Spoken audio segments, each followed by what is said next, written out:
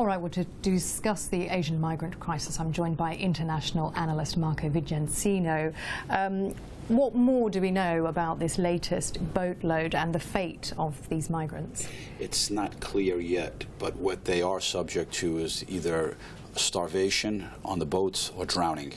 So the situation is quite desperate. In the last week, I mean, this is another international humanitarian crisis unfolding. In this case, we're dealing also with migrants, as is the case in Europe, in the Mediterranean.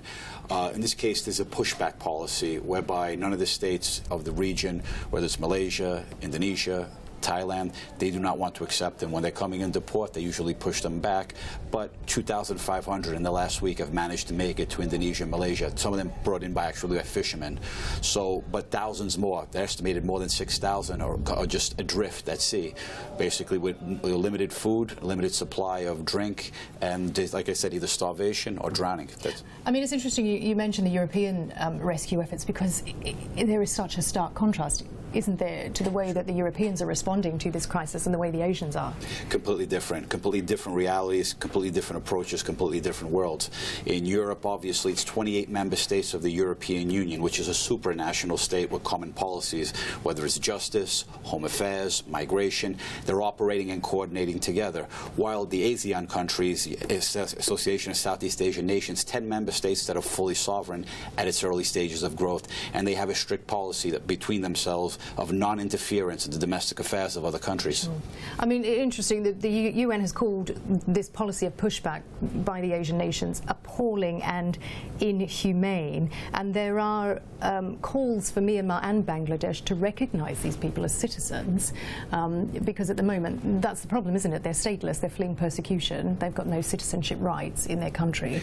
Do you think that would resolve the issue? Would it stop the trafficking? It wouldn't stop it. It's just, it deals also about how they're treated in country within the places they originate from. And in this case, most of the member states of ASEAN, whether once again Thailand, Malaysia, Indonesia, at the end of the day, what they care about most is their own population. Even the Thai Prime Minister said, if we don't have the resources to house them, and they will be stealing jobs from ordinary Thai citizens. Yes. So it already shows you at the highest levels of government they have a different approach than the European heads of state. Sure. I mean, it's such a lucrative industry, isn't it? Smuggling and trafficking as well, isn't it? And very difficult for the authorities to crack down on. It was extremely difficult. The Thai authorities, that cracked down on the smugglers that were trafficking the Rohingyas from Myanmar via Thailand into Malaysia. The authorities cracked down on that, and that crackdown began this whole current crisis.